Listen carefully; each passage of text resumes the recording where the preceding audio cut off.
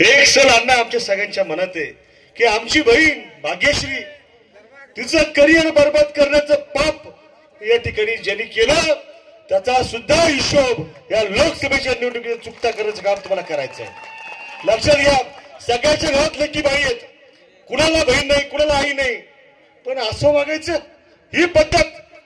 त्यामुळे ही जी चुकीची संस्कृती त्या ठिकाणी आलेली आहे त्याला त्या ठिकाणी आता मोडा घालण्याचं काम आपल्याला करायचंय।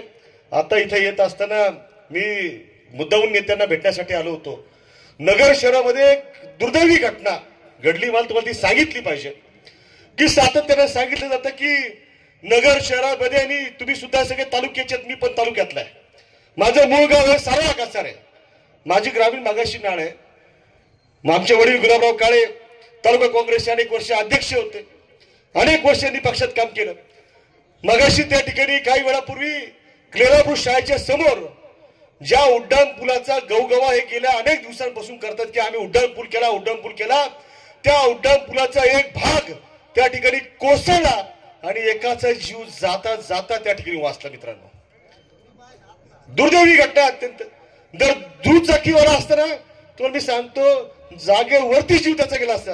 आता हे तिथं समोर प्रत्यक्षदर्शी होते, तिथे आमचे काँग्रेसचे पदाधिकारी चंद्रकांत उजागरे, त्यांनी सुद्धा त्या ठिकाणी निर्भीडपणानं ते सगळं हाताळलं आणि विखेच्या यंत्रणेला तिकडनं माहिती गेल्यानंतर त्या ठिकाणी त्यांचा भारतीय जनता पार्टीचा एक विखेंचा कार्यकर्ता त्या ठिकाणी आला। त्यांनी त्या गाडी चालकाला त्या ठिकाणी बळजबरी केली, त्याच्यावर दहशत केली आणि त्याची गाडी त्या ठिकाणी स्वतः चावी हिसकावून घेऊन गाडी काढून त्या ठिकाणी तो गेला। हे फार मोठं अपयश आहे। उड्डाण पुलाच्या कामामध्ये टक्केवारी खाऊन निकृष्ट दर्जाचं काम केलंय।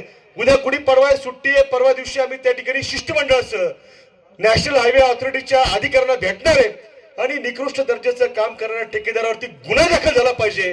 त्याच्यामध्ये ज्यांनी टक्केवारी खाल्ली मग त्याच्यामध्ये कोण लोकप्रतिनिधी आहे का याचा तपास झाला पाहिजे आणि त्यांच्यावर सुद्धा गुन्हा त्या ठिकाणी दाखल झाला पाहिजे।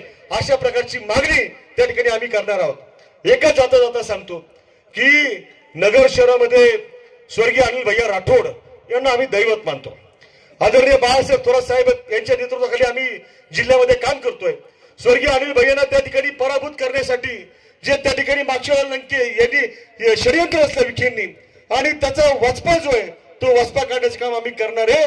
नगर तालुक्यातली जी घाण आहे, अण्णा तुम्ही मागाशी उल्लेख केला, नगर तालुक्याची आणि शहराची घाण एकत्रित साफ करण्याचं काम त्या ठिकाणी आपल्याला करायचंय।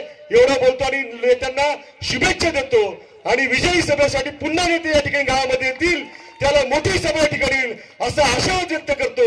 आणि नेत्यांचं चिन्ह आहे तुतारी धरलेला माणूस।